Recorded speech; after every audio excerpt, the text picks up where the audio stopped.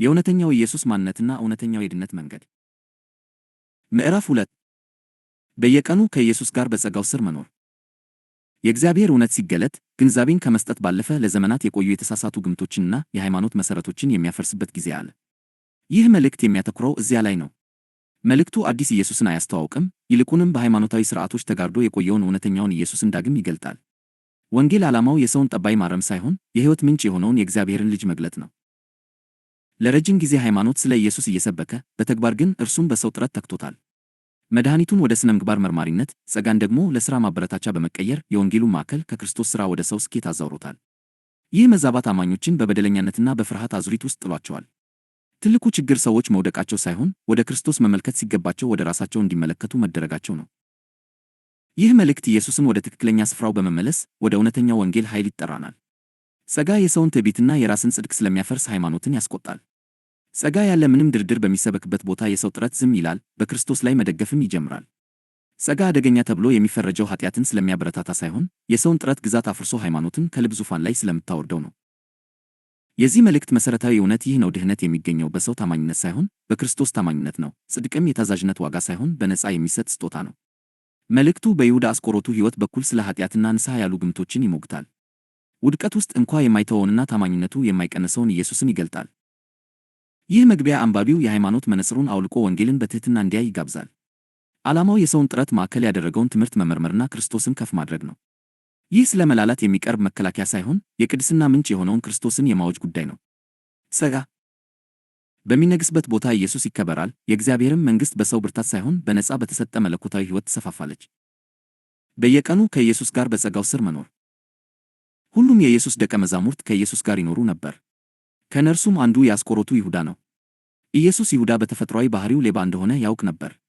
ይሁዳ በገንዘብ የማይታመን ባሕሪ ያለው ቢሆንም ኢየሱስ ግን ሌባውን ጠርቶ ደቀ መዝሙሩና የገንዘቡ ያዥ አደረገው። ኢየሱስን የመረጠው የአስቆሮቱ ይሁዳ ሳይሆን የመረጠው ኢየሱስ ነው። ኢየሱስ ደቀ መዛሙርቱን እነርሱ እንዳልመረጡት ነገር ግን እርሱ እንደመረጣቸው በግልጽ ነግሯቸው እንደነበር መጽሐፍ ቅዱስ ይናገራል። ከምርጫዎቹ መካከል ደግሞ አንዱ ሌባ ነበር። ይሁንና ኢየሱስ ሌባውን ይሁዳን የቀሩትን ደቀ መዛሙርቱን እንደወደዳቸው ሁሉ ይወደው ነበር። በኢየሱስ ዓይን የይሁዳ ኃጢአተኛነት የእርሱ ደቀ መዝሙር እንዲሆን ከመሾም አላገደውም። ኢየሱስ ደቀ መዛሙርቱ እንዲሆኑ እንደነዚህ ያሉ ደካማና ኃጢአተኛ ሰዎችን መርጦ ነበር። የኢየሱስ ደቀ መዛሙርት ሁሉም ተፈጥሯዊ ማንነታቸውን አስመልክቶ ምንም ልዩ ሰዎች አልነበሩም። ያንን ቦታ ያሰጣቸው የኢየሱስ የጸጋ ምርጫ እንጂ ተመዝነው ባገኙት ብቃት ወይም የመልካም ባሕሪ ልዕልና አልነበረም። ዛሬም ኢየሱስ እየሠራ ያለው እንደዚያው ነው። ኢየሱስ ክርስቶስ ትናንት፣ ዛሬም፣ ለዘላለምም ያው ነውና። ኢየሱስ ይሁዳን የገንዘቡ ያዥ አድርጎ የሾመው ሌባ እንደሆነ እያወቀ ነው። ኢየሱስ ዮሐንስን ወይም ጴጥሮስን የገንዘቡ ያዥ አድርጎ ሾሞ ቢሆን ኖሮ በልቡ ሌባ እንደሆነ በራሱ የሚያውቀውን ይሁዳን የኩነኔ ሥርዓት ውስጥ ይከተው ነበር። የኩነኔ ሥርዓት ውስጥ መሆን ይሁዳን ከኢየሱስ ጋር ኅብረት ከማድረግ ስለሚገድበው ከነችግሩ ከኢየሱስ ጋር መኖር ይሳነው ነበር። ይሁዳ በልቡ ሌባ እንደሆነ ስለሚያውቅ ኢየሱስ ሌባ መሆኑን ካወቀ በፍርሃትና በኃጢአት ኩነኔ ከኢየሱስ ይነጠላል እንጂ በድፍረት ከኢየሱስ ጋር መኖር አይችልም። ስለዚህ ኢየሱስ ይሁዳ የስርቆት መጥፎ ባሕሪ እንዳለው ቢያውቅም ይሁዳ ሌባ መሆኑን እንደሚያውቅ የሚያሳይ ምንም አይነት ምልክት አሳይቶት አያውቅም። ኢየሱስ በምክንያት ነው ይሁዳ ምን አይነት ሰው እንደሆነ እንደሚያውቅ እንዲያውቅ ያልፈለገው። ኢየሱስ ይህን ያደረገው ይሁዳ ኢየሱስ ስለ እርሱ የግል ድካም እንደሚያውቅ ከጠረጠረ ከእርሱ ጋር ለመኖር ድፍረት እንደሚያጣና በፍርሃት እንደሚታሰር ስለሚያውቅ ነው። ለዚህም ነው ኢየሱስ ስለ ባሕሪው ከይሁዳ ጋር አንድም ቀን ተወያይቶ የማያውቀው። ኢየሱስ ሰው በኃጢአት ዕውቀትና ኩነኔ ውስጥ ሆኖ ከእርሱ ጋር ኅብረት ማድረግ እንደማይችል ያውቃል። ዛሬም ለእኛ እንደዚህ ነው፣ ከኩነኔ ነፃ የሆነ ሕሊና እየሰጠን በእምነት የሚያኖረን። ይህ የሚያሳየው ኢየሱስ በይሁዳ ሕይወት ውስጥ ሊያገኝ የሚፈልገው ዋነኛ ነገር የባሕሪ ለውጥ ሳይሆን በእርሱ ላይ ያለ እምነት፣ መተማመን እና ያለ ሥራ እንዲሁ በጸጋ ተቀባይነት የማግኘት ድፍረትን መሆኑን ነው። ይህ ደግሞ በተጨማሪ የሚያስረዳን በእኛ ውስጥ ያለው ኢየሱስ በፍጹም ስለ ኃጢአት ከእኛ ጋር እንደማይወያይ ይልቁንም በእርሱ ላይ ባለን እምነት ብቻ እምነታችን ጽድቅ ሆኖ ተቆጥሮልን የምንኖረው ሕይወት እንደሰጠን ነው። የኃጢአት ኩነኔና የኢየሱስ መገለጥ አንድ ላይ አብረው መኖር አይችሉም። ኢየሱስ ያለ ፍርሃትና ያለ ገደብ በእርሱ መኖር እንድንችል ኃጢአታችንን በደሙ ለዘላለም ደምስሶታል። የባሕሪ መታደስ ወይስ የሕይወት ልውጥ? ይህ እውነት በይሁዳም ሆነ በእኛ ሕይወት ውስጥ ኢየሱስ የሚፈልገው ዋነኛ ነገር ምን እንደሆነ በግልጽ ያሳየናል። ብዙ ጊዜ ደህንነትን እንደ ባሕሪ ማሻሻያ ፕሮግራም እናየዋለን። ነገር ግን የጌታ ቀዳሚ ፍላጎት የባሕሪ ለውጥ ሳይሆን በእርሱ ላይ ያለ ሙሉ እምነት፣ መተማመን እና ያለ ምንም የሥራ ድካም በጸጋው የመቀበል ድፍረት ነው። አንድ የባሕሪ ለውጥ የደህንነት ውጤት እንጂ ዓላማ አይደለም። ከኢየሱስ ክርስቶስ ጋር እውነተኛ ኅብረት ሲኖረን ያ ኅብረት በተፈጥሮው የባሕሪ ለውጥን ያመጣል። ነገር ግን የደህንነት ዋናውና ትልቁ ዓላማ ባሕሪን ማስተካከል አይደለም። የደህንነት ምስጢር የሕይወት ልውውጥ ኤክስቼንጅ ነው። ይኸውም የእኛን የበሰበሰና በኃጢአት የሞተ ሕይወት ወስዶ በእርሱ ቅዱስና ዘላለማዊ ሕይወት መተካት ነው። እግዚአብሔር የፈለገው የድሮውን ማንነታችንን እንድናሻሽለው ሳይሆን አሮጌው ማንነታችን ሞቶ አዲሱ የክርስቶስ ሕይወት በእኛ ውስጥ እንዲገለጥ ነው። 2. የሰው ጽድቅ በእግዚአብሔር ፊት ያለው ቦታ። እኛ እንደ ሰው ጥሩ ባህሪ የምንለው ነገር ሁሉ በጥልቅ ሲመረመር በራስ ወዳድነትና በክብር ፈላጊነት የተበከለ ነው። እግዚአብሔር ይህንን በራስ ጥረት የሚመጣ ጽድቅ ሊቀበለው አይችልም። መጽሐፍ ቅዱስ በግልጽ እንደሚናገረው ጽድቃችንም ሁሉ እንደ መርገም ጨርቅ ነው። ኢሳይያስ 64:6። የሰው ልጅ የቱንም ያህል ቢለወጥና መልካም ቢሆን ያ ባህሪው እግዚአብሔርን ሊያረካው አይችልም። እግዚአብሔርን የሚያረካው ብቸኛው ጽድቅ የልጁ የኢየሱስ ክርስቶስ ጽድቅ ብቻ ነው። 3. ከኩነኔ ነፃ የሆነ ሕይወት። በእኛ ውስጥ ያለው ኢየሱስ በፍጹም ስለ ኃጢአታችን ከእኛ ጋር አይወያይም፣ ምክንያቱም ኃጢአታችንን በደሙ ለዘላለም ደምስሶታል። ይልቁንም በእርሱ ላይ ያለን እምነት ብቻ እንደ ጽድቅ ተቆጥሮልን በእርሱ ሕይወት እንድንኖር ያበረታታናል። 4. የኢየሱስ መገለጥና የኃጢአት ኩነኔ። የኃጢአት ኩነኔና የኢየሱስ መገኘት በአንድ ልብ ውስጥ አብረው ሊኖሩ አይችሉም። ብርሃን ሲመጣ ጨለማ እንደሚገፋ የኢየሱስ ሕይወት በእኛ ውስጥ ሲገለጥ የኃጢአት ፍርሃትና የኩነኔ ስሜት ቦታ የላቸውም። ክርስቶስ ኃጢአታችንን ያስወገደው በሥራችን ተመክተን እንድንኖር ሳይሆን ያለ ፍርሃትና ያለ ገደብ በእርሱ ጸጋ ውስጥ እንድንመላለስ ነው። ደህንነት ማለት ጥሩ ሰው መሆን ሳይሆን ክርስቶስን መልበስ ነው። ትኩረታችን በራሳችን የባህሪ መሻሻል ላይ ሳይሆን በእርሱ የጸጋ ሥራ ላይ ሲሆን ያኔ እውነተኛውና ሰማያዊው ለውጥ በሕይወታችን መታየት ይጀምራል። ኢየሱስ የገንዘቡ ያዥ አድርጎ ሌላ ደቀ መዝሙር ሾሞ ቢሆን ኖሮ ሌባ መሆኑን በልቡ የሚያውቀውን ይሁዳን መኮነን ይሆን ነበር። ሌላ ሰው ገንዘብ ያዥ ሆኖ ቢሾም ኖሮ ይሁዳ ኢየሱስ ስለ እሱ የሚያውቀው ነገር እንዳለ አድርጎ በማሰብ ከኢየሱስና ከሌሎቹ ደቀ መዛሙርት ራሱን አግልሎ በመሸማቀቅ እስራት ውስጥ ታስሮ ዘመኑን ሁሉ ይኖር ነበር። ኢየሱስ ግን ይሄ ሁሉ በይሁዳ ላይ እንዲሆን አልፈቀደም። ኢየሱስ በድካማችን እንኳን እያለን ለልባችንና ለሕይወታችን የሚጠነቀቀው እንደዚህ ነው። ታዲያ ይሄ ኢየሱስ ልዩ እንደሆነ አታዩም? ይሁዳ በገንዘብ ጉዳይ እንደማይታመን በልቡ ስለሚያውቅ በራሱ የልብ ኩነኔ ስቃይ ውስጥ ያለ ሰው ስለሆነ ከኢየሱስ ጋር ለመኖር የልብ ፈውስ ያስፈልገዋል። ኢየሱስ ይሁዳ በልቡ በኩነኔ እንደታሰረና በገንዘብ ጉዳይ ያለመታመን ፍርሃት እንዳለው ስለሚያውቅ ልቡን ከኩነኔ እስራት ፈትቶ ለማንጻት ሌባውን ገንዘብ ያዥ አድርጎ በአደባባይ በመሾም አጸደቀው። ኢየሱስ እንዲህ ነው ብቁ ባልሆናችሁበት ነገር እንኳን በሥልጣኑ የሚሾማችሁ። ኢየሱስ በራሱ ድክመት የተነሳ ለኩነኔ እስራት የተጋለጠ ሰው በጥፋተኝነት ስሜት እየተሰቃየ ራሱን እንዲጠላ እና በዙሪያው ባሉት ሰዎች ፊት በመሸማቀቅ እንዲኖር አይፈልግም። በዚህ ድርጊቱ ኢየሱስ የይሁዳን ኃጢአቶች እና የግል ድክመቶች ሁሉ ሸፍኖለት ገንዘብ ያዥ በማድረግ በአደባባይ በግልጽ አጽድቆ ከፍ አድርጎታል። ይህም ይሁዳ ገና በድካሙ ሳለ ጻድቅ የሆነ ሆኖ እንዲሰማውና እንደ ታማኝ ሰው የተከበረ ሆኖ በሰው ፊት በድፍረት እንዲቆም አድርጎታል። ኢየሱስ ሌባውን ይሁዳን ገንዘብ ያዥ አድርጎ የሾመበት ትክክለኛ ምክንያት አለ። ኢየሱስ ይህን ያደረገው ይሁዳ መስረቅን እንዲያቆምና ብዙዎች እንደሚያስቡት ባህሪውን እንዲያስተካክል ለማበረታታት አይደለም። ይህ ቢሆን ኖሮ ይሁዳ ተለውጦ መስረቅን ባቆመ ነበር። ነገር ግን ይሁዳ ገንዘብ ከመውደዱ የተነሳ ኢየሱስን በ30 ብር እስኪሸጠው ድረስ ሕይወቱን ሙሉ በስርቆት እንደኖረ እናውቃለን። ይሁዳ በሕይወቱ ሙሉ ምንም አይነት የባህሪ ለውጥ ማሳየቱን አላየንም። ስለዚህ ኢየሱስ ይሁዳን ገንዘብ ያዥ በማድረጉ የይሁዳን ባህሪ ለማሻሻል የተጠቀመበት ቴክኒክ አልነበረም ማለት ነው። ኢየሱስ ይሁዳን ገንዘብ ያዥ በማድረጉ የይሁዳን ባህሪ ለማሻሻል የተጠቀመበት ቴክኒክ ሆኖ ቢሆን ኖሮ ኢየሱስ የተጠቀመው ቴክኒክ አልተሳካም ነበር ማለት ነው። ነገር ግን እውነቱ ኢየሱስ ሌባውን ይሁዳን ገንዘብ ያዥ አድርጎ የሾመበት ዓላማ የይሁዳን ባህሪ ለመለወጥ ባለ ቴክኒክ ሳይሆን ኃጢአተኛውን ይሁዳን ከነኃጢአቱ እንዲያው በጸጋው ለማጽደቅ ነበር። ክርስትናና በክርስቶስ የመዳን ዋነኛ ግብ ኃጢአት አልባ መሆንና መልካም ሰው ሆኖ መለወጥ ከመሰላችሁ ከእውነተኛው ክርስትናና ከእውነተኛው መዳን ጎድላችሁ ሕይወታችሁን አደጋ ላይ በመጣል በሐሰት ሃይማኖት ተታላችኋል። በዚህ አይነት ስህተት ምክንያት ነው አንዳንድ ሰዎች ዘመናቸውን ሁሉ መልካም ክርስቲያን ለመሆን ሲጥሩ እረፍት አልባ ሆነው የሚኖሩት። እንደነዚህ አይነት ሰዎች በትክክል በክርስቶስ ያረፉ ሰዎች አይደሉም፣ ምክንያቱም ሰው በዚህ ሕይወት ፍጹም መሆን ስለማይችል እነርሱ የሳሉት አይነት በተጨባጭ የማይደረስበት ሕይወት ስለሆነ ነው። አንዳንዶች ደግሞ በሕይወታቸው ባገመቸው አንዳንድ መልካም ባህሪዎች ተመክተው ፍጹም ጻድቅ በመምሰል ግብዞች ይሆናሉ። በዚህም ግብዝነታቸው ሌሎች እንደነሱ መልካምና ጠንካራ ክርስቲያን ያልሆኑ የመሰላቸውን ሰዎች ኃጢአተኛ አድርገው በመቁጠር ወደ ክርስቶስ እንዳይመጡ እንቅፋት ይሆኑባቸዋል። እውነተኛው ክርስትና ግን ሰው በራሱ ፍጹም መሆን አለመቻሉን በማወቅ ኢየሱስን አዳኙ አድርጎ በመቀበል ማረፍ ብቻ ነው። ይሁዳ በመስረቅ ስለሚያጠፋው ገንዘብ ኢየሱስ ተጨንቆ አያውቅም። በማይቆመው ስርቆቱ በይሁዳ እጅ የሚባክነው ገንዘብ ኢየሱስን አላሳሰበውም። ኢየሱስ ገንዘቡ በይሁዳ ስግብግብነት እንደሚባክን ቢያውቅም ገንዘቡን በሙሉ የሚቆጣጠር ሰው አድርጎ ሾሞታል። ይሁዳ የኢየሱስ ገንዘብ ያዥ በነበረ ጊዜ ሁሉ ከሚያባክነው ገንዘብ ይልቅ ይሁዳና ሕይወቱ ለኢየሱስ አስፈላጊ ናቸው። ለኢየሱስ ይሁዳን በኃጢአተኛነቱ በማጽደቅ ነፃ ማውጣቱ ለእነዚያ ለ3 ዓመታት ይሁዳ ከሚያባክነው ብርና ወርቅ ይበልጣል። የኢየሱስ ዓላማ ከይሁዳና ከድካሙ ጋር አንድ በመሆን እርሱ ራሱ የይሁዳ ጽድቅ መሆን ነበር። ኢየሱስ ይሁዳ ካለበት ከሰዋዊ ድክመቶቹ በላይ እርሱ በሚሰጠው ጽድቅና ተቀባይነት እንዲኖር ይፈልግ ነበር። ለኢየሱስ የይሁዳ ባህሪ ቢቀየርም ባይቀየር ምንም ለውጥ የለውም። ለኢየሱስ አስፈላጊ የሆነው ዋነኛ ጉዳይ ይሁዳ በእርሱ ላይ ያለው እምነት እና እርሱ በኃጢአቱ ውስጥ እያለ መጽደቁን በማወቅ በእምነት መኖሩ ነው። ይህ የሚያስረዳን ኢየሱስ ብዙ የሰው ስህተቶችና ድክመቶች ቢኖሩባቸውም የእርሱ ለሆኑት ሁሉ የእርሱ ጸጋ በቂ መሆኑን ነው። ኢየሱስ ይህን ሁሉ ለይሁዳ ሲያደርግ ዋነኛ ዓላማው ይሁዳ በእርሱ እንዲያምንና ከራሱ ድካም ፍርሃት ነፃ እንዲሆን ማድረግ ነው። ኢየሱስ ይሁዳ እንዲያውቅ የሚፈልገው ነገር ኢየሱስ ራሱ የይሁዳ የጽድቅ መታወቂያ እንደሆነና ይሁዳም ራሱን በሰዋዊ ግድፈቱ ሳይሆን ኢየሱስ በሆነለት ራሱን እንዲያውቅ ነው። ኢየሱስ የገንዘብ ያዥነትን ቦታ ለይሁዳ መስጠቱ ምንም እንኳን ይሁዳ መጥፎ ባህሪ ቢኖረው የኢየሱስ በመሆኑና ከእርሱ ጋር በመጣመሩ ብቻ ፍጹም ጻድቅ ሰው እንደተደረገ የሚመሰክር ነው። የይሁዳ ባህሪ ቢሻሻልም ባይሻሻልም ምንም ለውጥ አያመጣም። ምክንያቱም ይሁዳ በባህሪው እጅግ ተለውጦ በራሱ ጥረትና ትክክለኝነት ከሚያገኘው ጽድቅና ክብር በላይ በእምነት ከኢየሱስ በነፃና በጸጋ የሚያገኘው ጽድቅና ክብር እጅግ ስለሚበልጥ ነው። ኢየሱስ ይህንን ሲያደርግ በይሁዳ እንዲገለጥ የሚፈልገው ነገር የመወደድ፣ የይቅርታ፣ ተቀባይነት የማግኘትና የእምነት ጽድቅ ፍሬ ነው። ይህ ፍሬ በይሁዳ ውስጥ የሚገልጠው ሕይወት ይሁዳ ራሱ ታማኝ ሆኖ በመለወጥ ሊያገኝ ይችለው ከነበረው የባህሪ ለውጥ እጅግ የላቀ ነው። ይሁዳ በኢየሱስ በማመን የሚያፈራው ፍሬ በእግዚአብሔር ፊት ተቀባይነት ያለው ትክክለኛ ሕይወት ነው።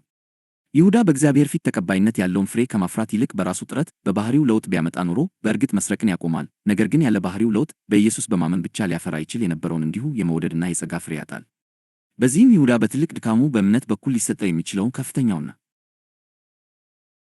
የተትረፈረፈውን የክርስቶስን ጸጋ ከማግኘት ይጎድል ነበር።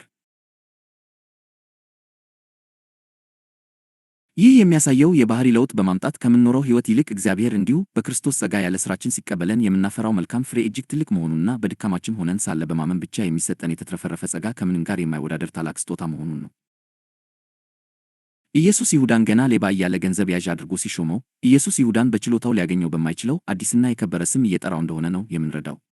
ኢየሱስ የትኛውንም ከእርሱ ጋር የተጣመረና የእርሱ የሆነን ሰው የሚያውቀው እንደ ራሱ ነው እንጂ ከእሱ ውጭ የተለየ ሌላ ሰው እንደሆነ አይደለም። ኢየሱስ የእርሱ የሆኑትን እንደ ራሱ ያውቃቸዋል፣ በራሱም ስም ይጠራቸዋል። የኢየሱስ ከሆናችሁ መታወቂያችሁ ኢየሱስ ነው። አንዴ በእርሱ እጅ ከገባችሁ ኃጢአታችሁ ሁሉ ተሸፍኖ በእርሱ ጽድቅ ትጸድቃላችሁ። ከዚያ በኋላ እናንተ የምትታወቁት በተፈጥሯዊ የሕይወት ግድፈታችሁ ሳይሆን የራሱ ባደረጋችሁ በኢየሱስ ክብር ነው። እንደዚህ አይነት ድንቅ ማዳንና ክብር የሚሰጠው እውነተኛው ኢየሱስ እንዴት ያለ ድንቅና ልዩ ሰው ነው! ኢየሱስ የእርሱ የሆኑትን ሰዎች በመቀበልና በግልጽ በማጽደቅ የእርሱ የሆኑትን ሰዎች ጻድቅነት ፍጹም በሆነ መንገድ ያረጋግጣል። የእርሱ የሆኑትን ሰዎች ኃጢአቶች እና እፍረቶቻቸውን ይሸፍናል። ኃጢአታቸውና ድክመታቸው ለማንም እንዲገለጥ አይፈቅድም። ከእርሱ ጋር የተጣመሩትን ሰዎች ሁሉ ነፃ ለማውጣት የራሱን ጽድቅ በመስጠት ያጸድቃቸዋል። የኢየሱስ የሆኑት ሰዎች የሚታወቁት በኢየሱስ ጽድቅ ነው። እነርሱን የሚያያቸው ሰዎች ሁሉ በኢየሱስ ፍጹምነትና ጻድቅነት ልክ እንዲቀበሏቸው የሚገደዱት ኢየሱስ በሞገሱ ስለሚያከብራቸው ነው። የኢየሱስ ከሆንክ የምትታወቀው በእርሱ ማንነት እንጂ በግል ባህሪህ ብልሹነት አይደለም። ስለዚህ በኢየሱስ ላይ ያለህ እምነት ከሰዋዊ ድካምህና ግድፈቶች ይልቅ የበለጠ ኃይለኛ ነው። ኢየሱስ የእርሱ የሆኑትን ለማክበር ጽድቁን ይጠቀማል። ኢየሱስ የእርሱ ለሆኑት ደካሞች ሞገስ ሲሆናቸው ሌሎች ሰዎች በክብር እንዲያያቸው ይገደዳሉ። ማንም ኢየሱስን በማንኛውም ኃጢአት የሚከስ ስለሌለ ኢየሱስ የተቀበላቸውን ያጸደቃቸውን ሰዎች ድካም ቢኖርባቸውም እንኳን ማንም ሊከሳቸው አይችልም። ይሁዳ በኢየሱስ የተጠራና የእሱ ስለሆነ ኢየሱስ በይሁዳ ውስጥ ሌባ ማየት አይችልም። ኢየሱስ ይሁዳን ገንዘብ ያዥ አድርጎ በሾመው ጊዜ ይሁዳን ከሌባ ይልቅ ጻድቅ አድርጎ በመግለጽ የጽድቅ ሕሊና እየሰጠ በሰው ፊት እያጸደቀው ነበር። ኢየሱስ የይሁዳን ጽድቅ ያሳየው በቃሉ ብቻ ሳይሆን ገንዘብ ያዥ አድርጎ በሾመው ጊዜ ባደረገው ተጨባጭ ድርጊት ነው። የኢየሱስ ከሆንን ሁላችንንም በራሱ ፍጹምነትና ጽድቅ ያውቀናል። እርሱ ስለ እኛ በራሱ በሚያውቀው ስም ይጠራናል። ኢየሱስ በሕይወታችሁ በሚታየውና በተገለጠው ግድፈታችን አይጠራንም። በተጨባጭ ደካሞች ብንሆንም እርሱ በድካማችን አያውቀንም። በሕይወታችን ያለው ግድፈት ነው ኢየሱስ እንዲያስፈልገን ያደረገው። እንደዚሁ ኢየሱስ የሞተው ለሰው ልጆች ሁሉ ስለሆነ የሰው ልጆችን በሙሉ በኃጢአታቸው ሳይሆን በእርሱ ውስጥ ባላቸው በፍጹምነቱ ነው የሚያውቃቸው። ለዚህ ነው ወደ ዓለም ሁሉ ሂዱና የምሥራቹን ስበኩ ሲል ወደ ዓለም ሁሉ የላከን። እርሱ ለዓለሙ ሁሉ ባይሞት ኖሮ ወደ ዓለም ሁሉ ሂዱ ብሎ ባላከንም ነበር። መጽሐፍ ቅዱስ በእርሱ የሚያምን ሁሉ የዘላለም ሕይወት እንዲኖረው እንጂ እንዳይጠፋ እግዚአብሔር አንድያ ልጁን እስኪሰጥ ድረስ ዓለምን ሁሉ እንዲሁ ወዷልና በእርሱ የሚያምንም አይፈረድበትም ይለናል። ዮሐንስ ምዕራፍ 3 ከቁጥር 16 እስከ ቁጥር 18። ኢየሱስ ኃጢአተኛ ቢሆኑም በእርሱ የሚያምኑትን ሰዎች ሁሉ በፍጹምነታቸው ያውቃቸዋል። የእርሱ በሆኑት ላይ የራሱን ጽድቅ እንጂ በእነርሱ ላይ ያለውን ኃጢአት ፈጽሞ ሊያይ አይችልም። ኢየሱስ እኛን የሚጠራን እርሱ በሚያውቀውና ስለ እኛ በሚያምንበት እምነት ነው እንጂ በራሳችን የጎደፈ ማንነት አይደለም። እርሱም እኛ እርሱ እንደሚያየን ራሳችንን አይተን ራሳችንን እርሱ በሚጠራን አዲሱ ስም እንጂ ከእርሱ ውጪ ሆነን በነበረው አሮጌ ስም ራሳችንን እንድንጠራ አይፈልግም። እንግዲህ በክርስቶስ በማመን የተሰጠን ዕረፍት እንደዚህ ታላቅ ነው። ታዲያ ኢየሱስ ጻድቅ እንደሆነ ያህል ጻድቅ የተደረገ ሰው ምን በሕይወት የሚያስፈልግ ነገር ሊጎድለው ይችላል? እንደዚህ አድርጎ በኢየሱስ ማጽደቅ ማመን ለሕይወት የሚያስፈልገንን ነገር ሁሉ እንዲያው በነጻና በጸጋ እንዲሰጠን ያደርገዋል። የእምነታችን ድፍረት ምንጩና መሠረቱ ኢየሱስ በሕይወታችን መኖሩና በዚያ ምክንያት በክርስቶስ ጽድቅ መጽደቃችን ነው። ኢየሱስ በእኛ ኃጢአተኛነት የማይናደድበት ምክንያት እኛን እንደ ኃጢአተኛ ሳይሆን ለኃጢአታቸው እንደሞተላቸው ሰዎች ስለሚያውቀን ነው። እርሱ ስለኛ የሚያውቀው እውነት ለኃጢአታቸው የተሞተላቸውና የጸደቁ ሰዎች ስለሆነ ነው ከኃጢአታችን በላይ ባለ ከፍ ያለ ክብር የሚያከብረን። በእርሱ ያገኘነው አዲስ ስምና ክብር ትክክለኛው የእኛ እውነት እርሱ ነው። ኃጢአታችን የከበረ ስሙን ሊያረክሰው አይችልም፣ ምክንያቱም ስሙ የኃጢአተኞች አዳኝ ነውን። ስሙን የሚያረክሰው ከኃጢአታችን አዳኝ እንደሚያስፈልገን የሚክድ ራሳችንን የማጽደቅ ሥራችን ብቻ ነው። እኛን አስመልክቶ ያለው የመጨረሻው እውነት የሰዋዊ ባሕሪያችን እና ብዙ ድክመቶቻችን ሳይሆን በኢየሱስ ክርስቶስ ውስጥ ያለን እውነት ነው። ኢየሱስ የሰው ዘር ሁሉ እውነትና የእውነተኛ ማንነታቸው ነጸብራቅ ነው። ማንም ሰው እግዚአብሔር እንዴት እንደሚያውቀው ማወቅ ከፈለገ መመልከት ያለበት ወደ ኢየሱስ ክርስቶስ ነው። ለዚህ ነው ኢየሱስ እውነትን ታውቃላችሁ እውነትም አርነት ያወጣችኋል ያለው። ዮሐንስ 8:32 በእምነትም መኖር ያስፈለገ ምክንያት ከሚታየው ሰዋዊ ማንነታችን ባሻገር ወደማይታየው በክርስቶስ ውስጥ ያለንን እውነተኛውን ማንነታችን በቀጣይነት እያየን መኖር ስለተገባን ነው። እምነት ብቻ ነው የሚታየውን ሰዋዊ ድካማችንን ባለማየት ወደ ክርስቶስ እንድመለከትና በእርሱ ውስጥ ባለን እውነት ሊኖረን የሚችለው። ጻድቅ በእምነት ይኖራል ተብሎ ተጽፏልና። መጽሐፍ ቅዱስም ሕግ በሙሴ ተሰጥቶ ነበር፣ ጸጋና እውነት ግን በኢየሱስ ክርስቶስ ሆነ ይለናል። ዮሐንስ 1:17 ስለዚህ ኢየሱስ የእኛ እውነተኛ ማንነታችን ምሳሌና ወኪል ነው። በዚህ ምክንያት ኢየሱስ በእኛ ውስጥ ጻድቅ ሰውን እንጂ ኃጢአተኛን አይመለከትም። እንግዲህ ደስ ይበላችሁ፣ ኢየሱስ ለዘላለም ከኃጢአተኝነት አድኗችኋል። በክርስቶስ የሚያምን ሰው ሁሉ ከእንግዲህ ወዲህ ኃጢአተኛ ሊባል ፈጽሞ አይችልም። በክርስቶስ ኢየሱስ ላሉት ኩነኔ የለባቸውም ተብሎ ተጽፏልና። ሮሜ 8:1 ኢየሱስ በእርሱ ውስጥ ያለንን እውነተኛ ማንነታችንን በማወቅ እድገት ሂደት ላይ እንዳለን ያውቃል። ለዚህም ነው በወንጌል መልእክትና በእውነት መንፈስ መገለጥ መጽደቃችንና ተቀባይነት ማግኘታችን የሚያውጅ ቃል በቀጣይነት ወደ እኛ እየላከልን ያለው። ወደ እርሱ ከመጣንና የእውነትን መገለጥ ካገኘን በኋላም እንኳ ኃጢአትን እንደምንሠራ ያውቃል። ስለዚህም ነው ከጸጋው በታች ያኖረንና በደሙ መሥዋዕትነት ለኃጢአታችን ሁሉ ወሰን የሌለው ይቅርታ የሰጠን። አሁን ከጸጋው በታች እንጂ ከሕግ ተጠያቂነት ፍርድ በታች ስላይደለን ኃጢአት ኩነኔና ጥፋት በእኛ ላይ ለማምጣት የበላይ ገዢያችን አይደለም። ሮሜ 6:14 አሁን በሕይወታችን የበላይ ገዢና ጌታ የሆነው ክርስቶስና የእርሱ ጸጋ ብቻ ነው። እርሱ እኛም በመቀበሉ ባገኘነው ፍሬ እየተሻሻልን ብንሄድም በዚህ ሕይወት ፍጹም ኃጢአት የማይኖረን ቦታ ላይ ልንደርስ እንደማንችል ጌታ ያውቃል። ክርስቶስ የዚህን ዘመን ሕይወት ወደ ፍጽምናና ኃጢአት አልባነት የመድረስ ዘመን እንዲሆን አልወሰነው። ይልቁንም ይህንን ዘመን በድካማችን የምንመካበት የጸጋ ዘመን ሆኖልን በፍጹም ሰላም እንድናርፍና በተትረፈረፈው ጸጋው የምንደምቅበት ዘመን እንዲሆን ወስኖታል። በዚህ ዘመን እግዚአብሔር ሊያሳይ የሚፈልገው በክርስቶስ ኢየሱስ ለእኛ ያለውን ከሁሉ የሚበልጠውን የጸጋውን ባለጠግነት እንጂ ፍጽምናና የባሕሪ ለውጥ አይደለም። የእግዚአብሔር ቃል አሁን ባለንበት ዘመን ማሳየት የሚፈልገውን ነገር በኤፌሶን መልእክት ምዕራፍ 2 እንደሚከተለው ይነግረናል። ነገር ግን እግዚአብሔር በምሕረቱ ባለጠጋ ስለሆነ ከወደደን ከትልቅ ፍቅሩ የተነሳ በበደላችን ሙታን እንኳ በሆንን ጊዜ ከክርስቶስ ጋር ሕይወት ሰጠን። በጸጋ ድናችኋልና በሚመጡ ዘመናትም በክርስቶስ ኢየሱስ ለእኛ ባለው ቸርነት ከሁሉ የሚበልጠውን የጸጋውን ባለጠግነት ያሳይ ዘንድ ከእርሱ ጋር አስነሳን። በክርስቶስ ኢየሱስም በሰማያዊ ስፍራ ከእርሱ ጋር አስቀመጠን። ጸጋው በእምነት አድኗችኋልና ይህም የእግዚአብሔር ስጦታ ነው እንጂ ከእናንተ አይደለም፣ ማንም እንዳይመካ ከሥራ አይደለም። ኤፌሶን ምዕራፍ 2 ከቁጥር 4-9 ይሁንና ወደፊት ኢየሱስ በክብር የሚገለጥበት ሌላ ጊዜ ይመጣል። በዚያን ጊዜ እኛን ሁላችንንም በቅጽበተ ዓይን ወደ እርሱ መልክ የሚለውጠን ዘመን ይሆናል። ስለዚያ ወደፊት ስለሚመጣው ዘመን መጽሐፍ ቅዱስ የሚከተለውን ይለናል። እነሆ አንድ ምስጢር እነግራችኋለሁ፣ ሁላችን አናንቀላፋም፣ ነገር ግን የማለኛው መለከት ሲነፍ ሁላችን በድንገት በቅጽበት ዓይን እንለወጣለን። አንደኛ ቆሮንቶስ ምዕራፍ 15 ቁጥር 52 የእግዚአብሔር ልጆች ተብለን እንድንጠራ አብ አትረፍርፎ ያፈሰሰልን ፍቅር ምንኛ ታላቅ ነው! እኛም እንዲሁ ልጆቹ ነን። ዓለም እኛን የማያውቀንም እርሱን ስላላወቀው ነው። ወዳጆች ሆይ እኛ አሁን የእግዚአብሔር ልጆች ነን። ወደፊት ምን እንደምንሆን ገና አልተገለጠም። እርሱ በሚገለጥበት ጊዜ እናየዋለን፣ እርሱን እንደምንመስልም እናውቃለን። አንደኛ ዮሐንስ ምዕራፍ 3 ከቁጥር 1-2 ፍጹም ወደ ሆነው ወደ ክርስቶስ መልክ የምንለወጥበት ያ ዘመን ገና ስላልመጣ ልንኖር የሚገባው ጌታ አሁን በሰጠን ዘመንና በዚህ ዘመን ውስጥ እንድንኖር በወሰነልን መንገድ ነው። አሁን እንድንኖርበት የወሰነው ዘመን ገና ብዙ ሰዋዊ ግድፈት እያለብን በእምነት በክርስቶስ ጽድቅ የምንመካበት የጸጋ ዘመን ነው። ስለዚህ አሁን የምንኖረው ክርስትና ፍጹምነት ለማግኘትና የባሕሪ መሻሻል ለማግኘት ጥረት በማድረግ የምንለፋበት ሕይወት ሳይሆን በእምነት የምናርፍበት ዘመን ነው። ይህ የአሁኑ ዓለም ዘመን በዋነኝነት በክርስቶስ ጸጋ ላይ ባለ እምነት በመኖር እግዚአብሔር ለእኛ ያለውን ቅድመ ሁኔታ የሌለውን ፍቅሩን በመቀበል ፍሬ የምናፈራበት የእምነት ሕይወት ዘመን ነው። ፍጹምነት ለማግኘትና የባህሪ መሻሻል ለማግኘት ጥረት በማድረግ የምንኖር ከሆነ ከእረፍቱ ጎድለን ገና ባልመጣውና ወደፊት በሚመጣው ዘመን ለመኖር እየሞከርን ከዚህ ዘመን በረከትና ደስታ እየጎደልን ነው። በዚህም ምክንያት ብዙ ክርስቲያኖች በእምነት ከማረፍ ይልቅ መልካምና ጠንካራ ክርስቲያኖች ለመሆን በሚያደርጉት ጥረት በእምነት ከማረፍ ወደ ትግል ሕይወት ውስጥ ገብተዋል። መጽሐፍ ቅዱስ ግን እንደሚከተለው ይለናል። እንግዲህ ወደ ዕረፍቱ ለመግባት ተስፋ ገና ቀርቶልን ከሆነ ምናልባት ከእናንተ ማንም የማይበቃ መስሎ እንዳይታይ እንፍራ። ለእነዚያ ደግሞ እንደተነገረ ለእኛ የምሥራች ተሰብኮልናልና፣ ዳሩ ግን የሰሙት ቃል ከሰሚዎቹ ጋር በእምነት ስላልተዋሃደ አልጠቀማቸውም። ሥራው ዓለም ከተፈጠረ ጀምሮ ምንም እንኳ ቢፈጸም እንዲህ ወደ ዕረፍቴ አይገቡም ብዬ በቁጣዬ ማልሁ እንዳለ እኛ ሲያመንን ወደ ዕረፍቱ እንገባለን። ስለ ሰባተኛው ቀን በአንድ ስፍራ እግዚአብሔርም በሰባተኛው ቀን ከሥራው ሁሉ አረፈ እንደሚል ወደ ዕረፍቱ የገባም እግዚአብሔር ከሥራው እንዳረፈ እርሱ ደግሞ ከሥራው አርፏል። እንግዲህ እንደዚያ እንደ አለመታዘዝ ምሳሌ ማንም እንዳይወድቅ ወደዚያ ዕረፍት ለመግባት እንትጋ። ዕብራውያን ምዕራፍ 4 ከቁጥር 1 እስከ 4 እና ከቁጥር 10 እስከ 11። ኢየሱስ ለአንዴና ለመጨረሻ ጊዜ ለኃጢአታችን ሞቶ የኃጢአትን ችግር ፈትቶ ጨርሷል።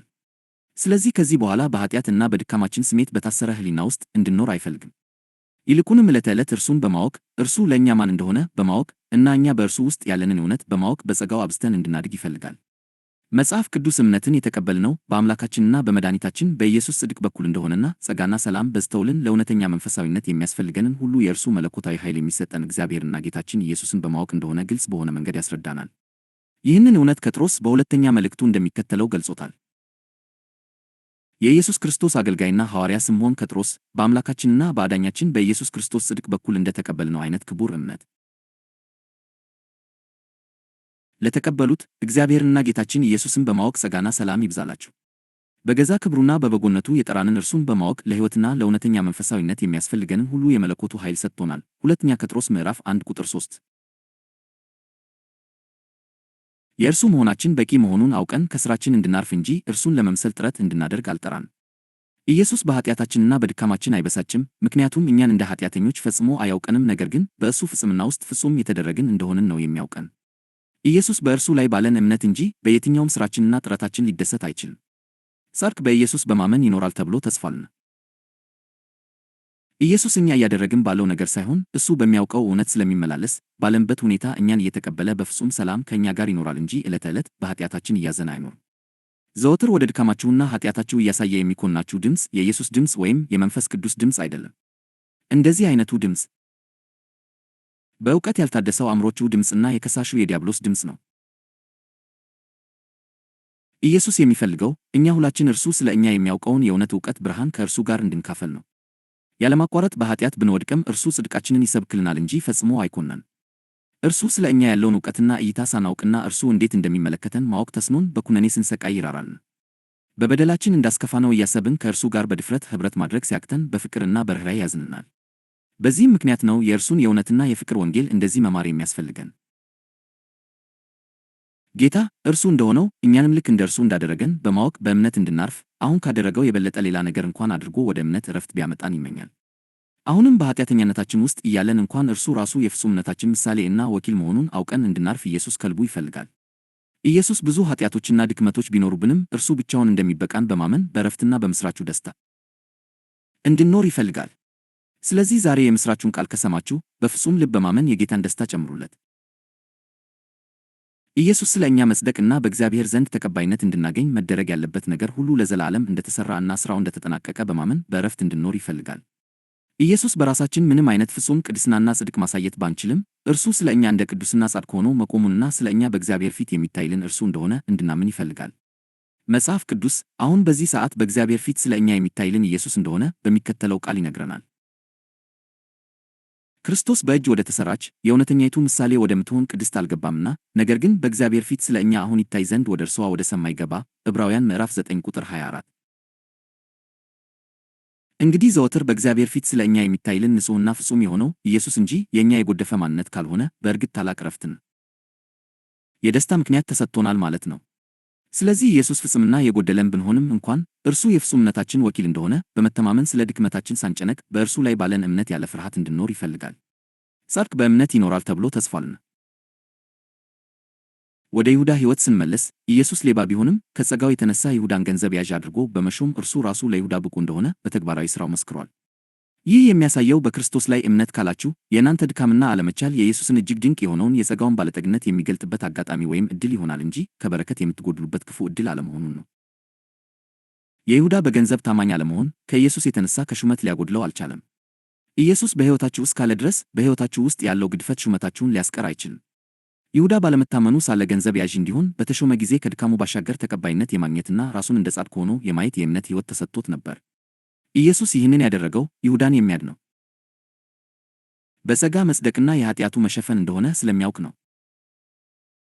ኢየሱስ በእርሱ ውስጥ ያላችሁን ጽድቅ የሚመሰክር ወንጌል ሊሰብክላችሁ ለዘላለም ይኖራል። መጽሐፍ ቅዱስ በትንቢት ኢየሱስ በታላቅ ጉባኤ መካከል ኩነኔና ፍርድ ሳይሆን ጽድቅን እንደሚሰብክ ይናገራል። የሚናገራችሁ ድምፅ ወይም የምትሰሙት ስብከት የሚነግራችሁ በክርስቶስ መጽደቃችሁን ብቻ ካልሆነ የሰማችሁት ድምፅ ወይም የተሰበከላችሁ ስብከት ከእግዚአብሔር የመጣ አይደለም። እግዚአብሔር ለክርስቶስ ሥጋን ያዘጋጀለትና ሰው ሆኖ ወደ ምድር እንዲመጣ ያደረገው ፈቃዱን ሊፈጽምለትና በሕዝቡ መካከል ጽድቅን እንዲያበስር ነው።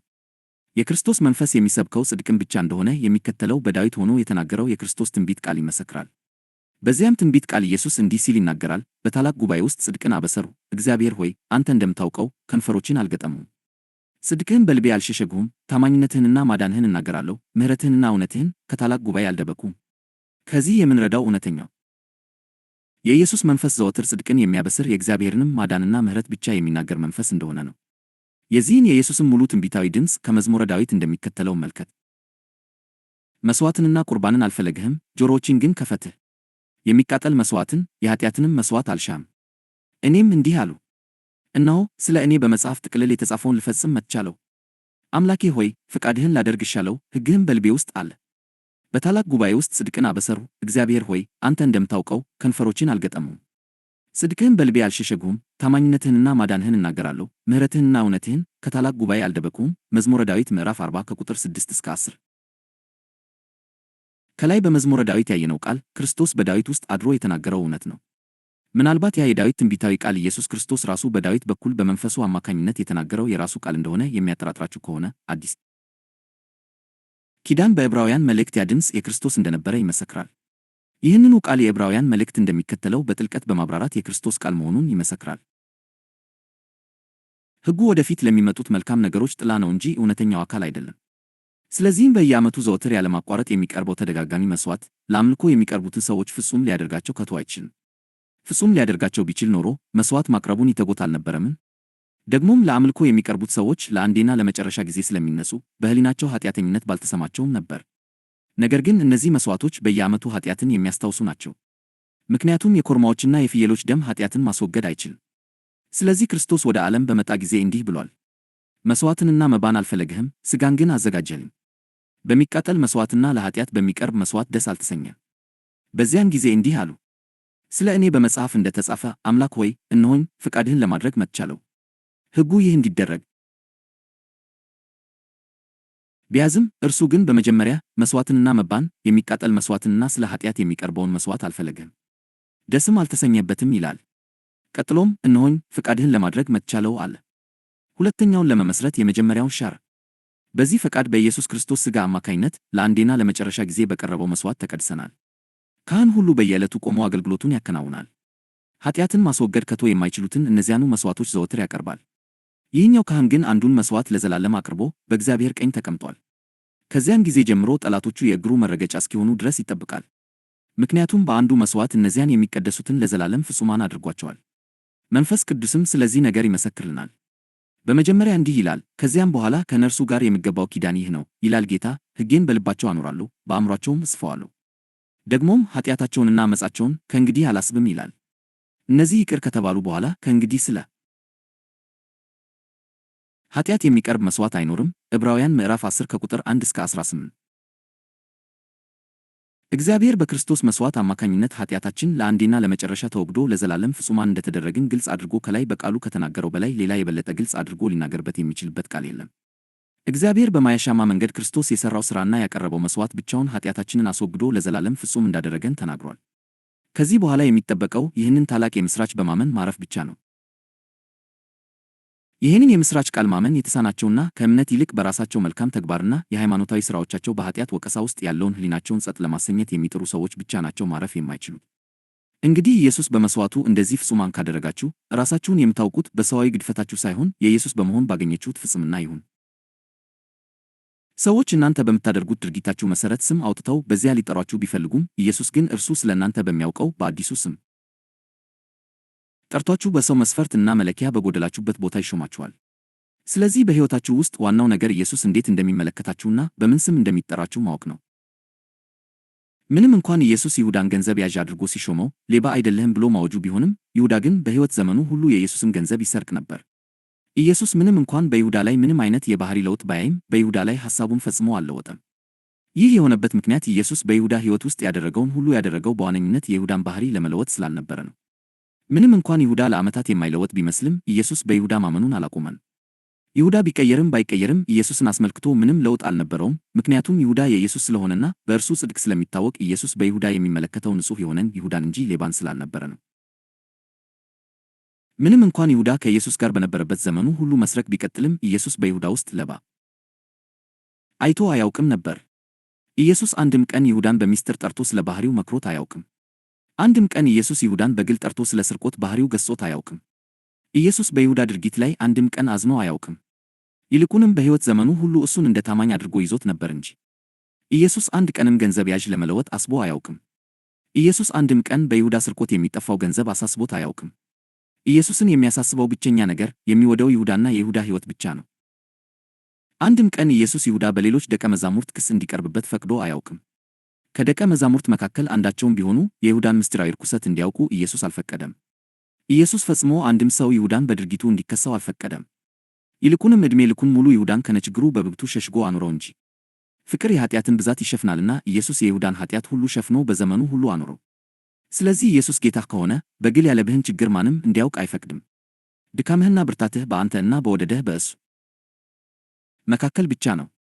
አፍቃሪ የሆነው ልዩ ጌታ የእርሱ የሆኑትን ሁሉ ነውር የሚሸፍነው እንደዚህ ነው። ኢየሱስ አንድም ቀን እንኳን ይሁዳ ይመራ በነበረው የሂሳብ መዝገብ ላይ ኦዲት ጠርቶ አያውቅም። ይሁዳ የኢየሱስን ገንዘብ እንዴት እንደሚያወጣ እንዲቆጣጠር በእርሱ ላይ ሌላ ሰው አልሾመም።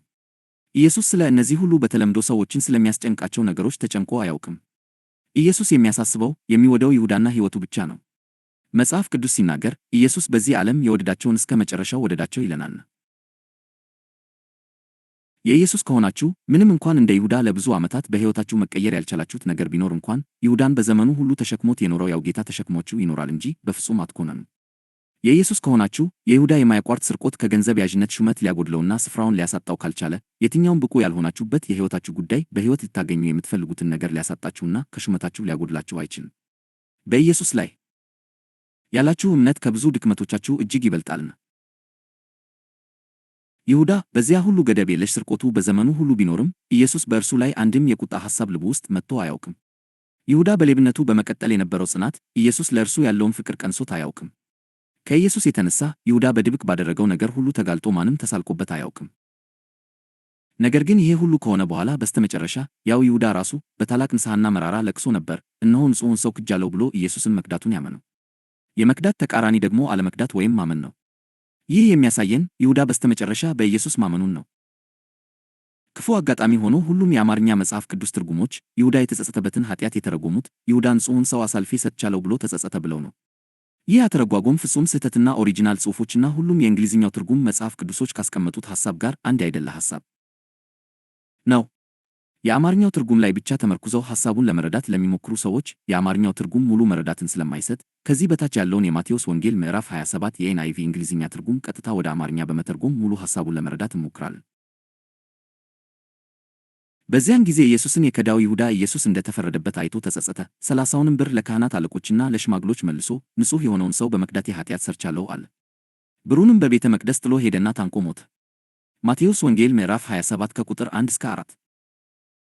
እንደዚህ ግልጽ በሆነ መንገድ ቀጥታ የይሁዳን የንስሐ ሐሳብ ስንመለከት ኢየሱስ በይሁዳ ሕይወት ያፈራውን ትክክለኛ የንስሐ ፍሬ በግልጽ በመረዳት እንታነስበታለን።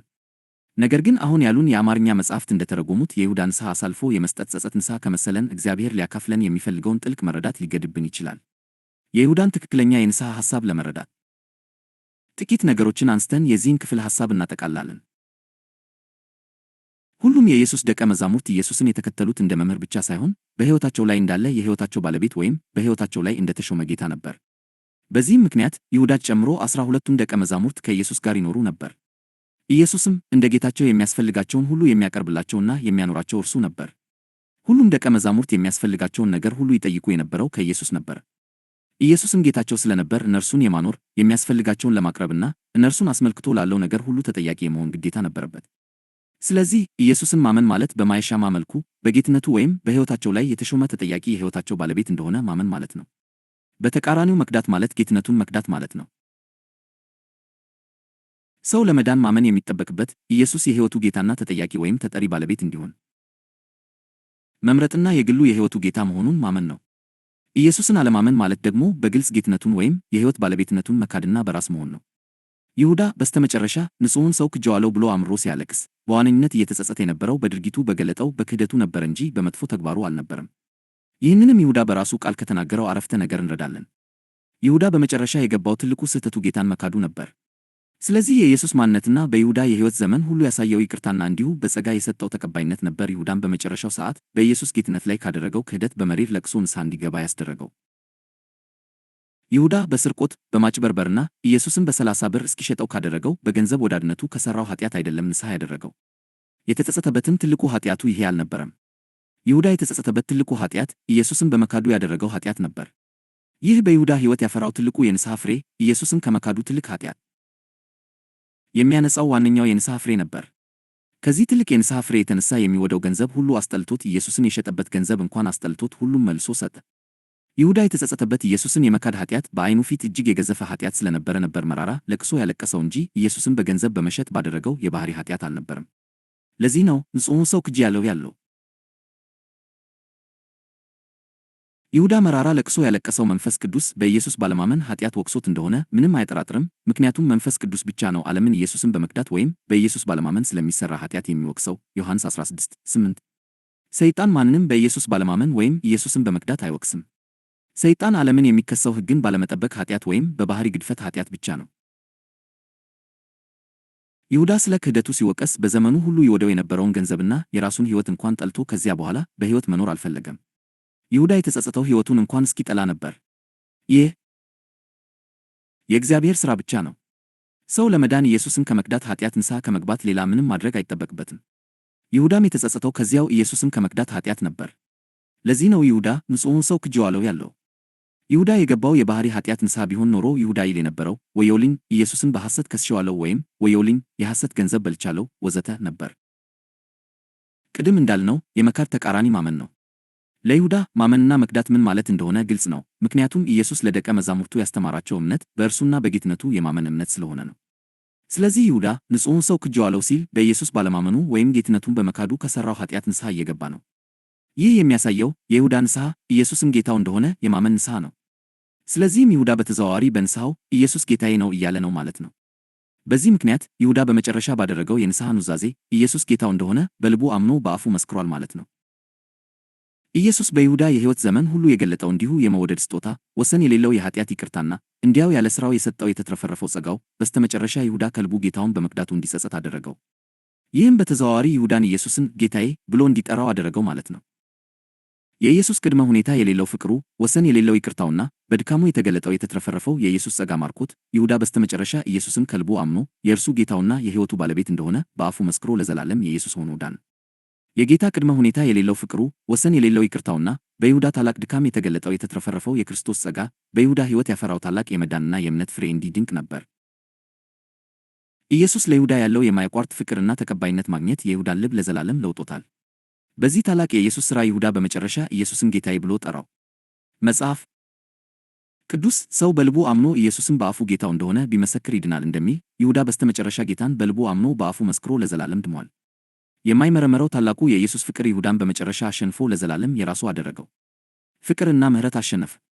ሥጋው በመጨረሻ ድል ነሣ። ክብር ለዘላለም ለኢየሱስ ይሁን፣ አሜን። ሃይማኖት ይህንን መልእክት እንዴት በተሳሳተ መንገድ እንደተረጎመውና እውነተኛውን የኢየሱስን ማንነት እንዳዛባው። ሃይማኖት በዚህ ምዕራፍ የተገለጠውን መልእክት በተከታታይ በተሳሳተ መንገድ ተረድቶታል። ምክንያቱም ሃይማኖት ኢየሱስን የሚተረጉመው በጸጋ መነጽር ሳይሆን በሕግ፣ በአፈጻጸምና በሥነ ምግባር ተጠያቂነት መነጽር ነው። ሃይማኖት የይሁዳ አስቆሮቱን ሕይወት ሲያነብ በጸጋ የሚገኘው አንድነት ሆን ተብሎ የተገለጠበት መንገድ አድርጎ አይመለከተውም። ይልቁንም በኢየሱስ በኩል የታየ ስህተት፣ ቸልተኝነት ወይም ውድቀት እንደሆነ ያስባል። ምክንያቱም ሃይማኖት አንድ አዳኝ ደካማና ኃጢአተኛ የሆነን ሰው አውቆ መርጦ መጀመሪያ ለውጥ ሳይጠይቅ ማክበሩን እንደሚቀጥል ሊረዳ አይችልም። የሃይማኖት አስተሳሰብ ማጋለጥ ንስሐን ያስገኛል፣ እርማት ጽድቅን ይፈጥራል፣ ፍርሃትም ቅድስናን ያመጣል ብሎ ያምናል። ሆኖም የኢየሱስና የይሁዳ አብሮነት የሚያሳየው የዚህን ግልባጭ ነው። እምነት፣ መተማመን እና እውነተኛ ንስሐ የሚወለዱት ጸጋ ኅብረትን ጠብቆ ኩነኔን በሚያስወግድበት ቦታ ብቻ መሆኑን ይገልጣል።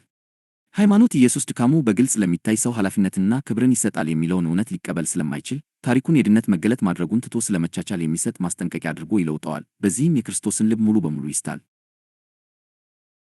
ይህንን በማድረግ ሃይማኖት ኢየሱስን ኃጢአተኞችን ከሚያጸድቅ አዳኝነቱ አውርዶ የሰው ባህሪን ወደሚቆጣጠር የሥነ ምግባር የበላይ ተመልካችነት በመለወጥ እውነተኛ ማንነቱን ይጎዳል። ኢየሱስን ለሰው ልጆች ጽድቅ ሆኖ በእግዚአብሔር ፊት እንደሚቆም አድርጎ ከመግለጽ ይልቅ ሃይማኖት እርሱን ተቀባይነቱ እንደ ሰው መንፈሳዊ እድገት የሚዋዥቅ ጥብቅ ባለሥልጣን አድርጎ ይስለዋል። ይህ ማዛባት ኢየሱስ የፈጸመውን ሥራ ገፎ መሥዋዕትነቱ በከፊል ብቻ እንደነበረና እርሱ የጀመረውን ለመጨረስ የሰው ጥረት እንደሚያስፈልግ በስውር ይጠቁማል። በዚህ ምዕራፍ የተገለጠው ኢየሱስ በውድቀት አይጨነቅም፣ በድካም አይሰጋም፣ በኃጢአትም አይታወክም። ምክንያቱም ኃጢአት ቀድሞውኑ በእርሱ ሞት እንደተወገደ ያውቃል። ነገር ግን ሃይማኖት የሚያቀርበው ኢየሱስ ሁልጊዜ ቅር የሚሰኝ ያለማቋረጥ የሚያርም እና ቶሎ ለማይሻሻሉ ሰዎች ፊቱን በዝምታ የሚያዞር አድርጎ ነው። በዚህም ሃይማኖት ሕያውን ክርስቶስን ከልጁ ይልቅ ሕግን በሚመስል ምስል ይተካዋል። ይህ አለመግባባት እውነተኛውን የድነት መንገድም ይበክላል። ምክንያቱም ሃይማኖት በወንጌል የተመሠረተውን ቅደም ተከተል ይገለብጠዋል። ወንጌል ተቀባይነት እምነትን ይፈጥራል፣ እምነትም ፍሬ ያፈራል ብሎ ሲያውጅ፣ ሃይማኖት ግን ተቀባይነትን ጠብቆ ለማቆየት መጀመሪያ ፍሬ መታየት አለበት ብሎ ያስተምራል። በዚህ ምዕራፍ በክርስቶስ ጽድቅ ውስጥ ማረፍ ተብሎ የተገለጠው ድነት በሃይማኖት ዘንድ የዕድሜ ልክ ስነ ምግባራዊ ትግል፣ ማለቂያ የሌለው ራስን መመርመር እና የበደለኛነት ሕሊናን ለማጥፋት የሚደረግ የማያቋርጥ ጥረት ተደርጎ ይተረጉማል። መጽሐፍ ቅዱስ የጽድቅ መሠረት እንደሆነ የሚናገረው እምነት በዲሲፕሊን በተጠያቂነትና በአፈጻጸም ይተካል። ንስሐም ካለማመን ከመመለስ ይልቅ በስነ ምግባር ውድቀት ምክንያት ወደሚመጣ ተደጋጋሚ ሐዘን ዝቅ ይላል። በዚህም ምክንያት ብዙዎች እግዚአብሔር ለጸጋ እንጂ ለመጨረሻው ለውጥ ባልቀጠረው ዘመን ራሳቸውን ፍጹም ለማድረግ ስለሚጥሩ በክርስትና ስም እየኖሩ ኢየሱስ የገዛውን ዕረፍት ሳይለማመዱ ይቀራሉ። ይህ አለመግባባት እጅግ አደገኛ ነው፣ ምክንያቱም በይቅርታ እናምናለን እያሉ በኩነኔ ሕሊና የሚኖሩ አማኞችን ይፈጥራል። ሰዎች ኢየሱስ ከእኔ ጋር ያለው ግንኙነት በባሕርዬ ላይ የተመሠረተ ነው ብለው ሲማሩ በውስጣቸው የተከፋፈሉ፣ በውጫቸው ሃይማኖተኛ፣ በውስጣቸው ግን ፈሪ ይሆናሉ። ሁልጊዜ ራሳቸውንና ሌሎችን ይለካሉ፣ ነገር ግን ስለ ተቀባይነታቸው ሙሉ በሙሉ እርግጠኛ አይሆኑም። ይህ ኩነኔ ቀስ በቀስ ሰዎችን ከኢየሱስ ያርቃቸዋል። ይህም እርሱ ስለገፋቸው ሳይሆን ሃይማኖት በእርሱ ፊት መሆን አስተማማኝ እንዳልሆነ ስላመናቸው ነው። ልክ ምዕራፉ እንደሚገልጸው ኢየሱስ ይሁዳን አጋልጦት ቢሆን ኖሮ ኩነኔ ይሁዳን ከኢየሱስ እንደሚለየው ሁሉ ሃይማኖትም በተመሳሳይ አማኞችን ወደ መደበቅ፣ ወደ መገለል እና ወደ ዝምታ ይገፋቸዋል። መተማመናቸውን፣ ቅርበታቸውንና ደስታቸውንም ይዘርፋቸዋል። በተጨማሪም ይህ ሃይማኖታዊ አለመግባባት ግብዝነትንና መንፈሳዊ ትዕቢትን ይፈጥራል። ፍጹምነት ሲጠየቅ ነገር ግን ሊደረስበት የማይቻል ሲሆን ሰዎች ድካምን ከመፈወስ ይልቅ መደበቅን ይማራሉ። ጠንካራ መስለው የሚታዩት ደካሞችን መፍረድ ይጀምራሉ። ደካሞች ደግሞ ክርስቶስ ሙሉ በሙሉ ቢቀበላቸውም እንኳ የዚህ ስፍራ አይደለንም ብለው ያምናሉ። ይህ የሐሰት ጽድቅ ለሌሎች ሰዎች ድነት እንቅፋት ይሆናል። ምክንያቱም የሚያገኙት የኢየሱስ ምስል የኃጢአተኞች አዳኝ ሳይሆን ለዲሲፕሊንተኞች ሽልማት ሰጪ አድርገው ስለሚመለከቱት ነው። በዚህ መንገድ ሃይማኖት በግለሰብ አማኞች ላይ ጉዳት ማድረስ ብቻ ሳይሆን እግዚአብሔርን እንደ ጨካኝ፣ በቅድመ ሁኔታ ላይ የተመሠረተ እና ቶሎ የሚቀየም አድርጎ በማቅረብ ክርስቶስን ለዓለም በተሳሳተ መንገድ ይገልጣል። ከሁሉ የከፋው አደጋ ግን ሃይማኖት የክርስትናን ቋንቋ እየተጠቀመ ወንጌልን ሊክድ መቻሉ ነው። ስለ ጸጋ ይናገራል፣ ነገር ግን ቅድመ ሁኔታ ያስቀምጣል። ስለ ይቅርታ ይናገራል፣ ነገር ግን ይገድበዋል። ስለ እምነት ይናገራል፣ ነገር ግን በአፈጻጸም ማረጋገጫ ይጠይቃል። ይህን በማድረግ መስቀሉን እንደሚያከብር እየተናገረ የመስቀሉን ኃይል ያጠፋዋል። ይህ ምዕራፍ ድነት ሙሉ በሙሉ በክርስቶስ ታማኝነት ላይ እንጂ በሰው ጥንካሬ ላይ እንደማይደገፍ፣ ጽድቅ በእምነት የሚቀበሉት ስጦታ እንጂ በጥረት የሚገኝ ግብ አለመሆኑን እና ንስሐ የሚመጣው ከፍርሃት ሳይሆን ከጸጋ መሆኑን እውነቱን ይመልሳል። ይህ መልእክት ሃይማኖትን የሚያስቆጣው በትክክል የራስ ጽድቅን ከንቱነትና የክርስቶስን ሥራ ምሉነት ስለሚያጋልጥ ነው። ይህ ወንጌል በተሳሳተ መንገድ ሲረዳ ወይም ሲቃወም ሰዎች በጣም ትጉ ሆነው ቢታዩም እንኳ ዕረፍት የሌላቸው፣ የተሸከሙና ደህንነት የማይሰማቸው ሆነው ይኖራሉ። ነገር ግን ሲታመን ዕረፍትን፣ ደስታን፣ ትሕትናንና እውነተኛ የውስጥ ለውጥን ያመጣል።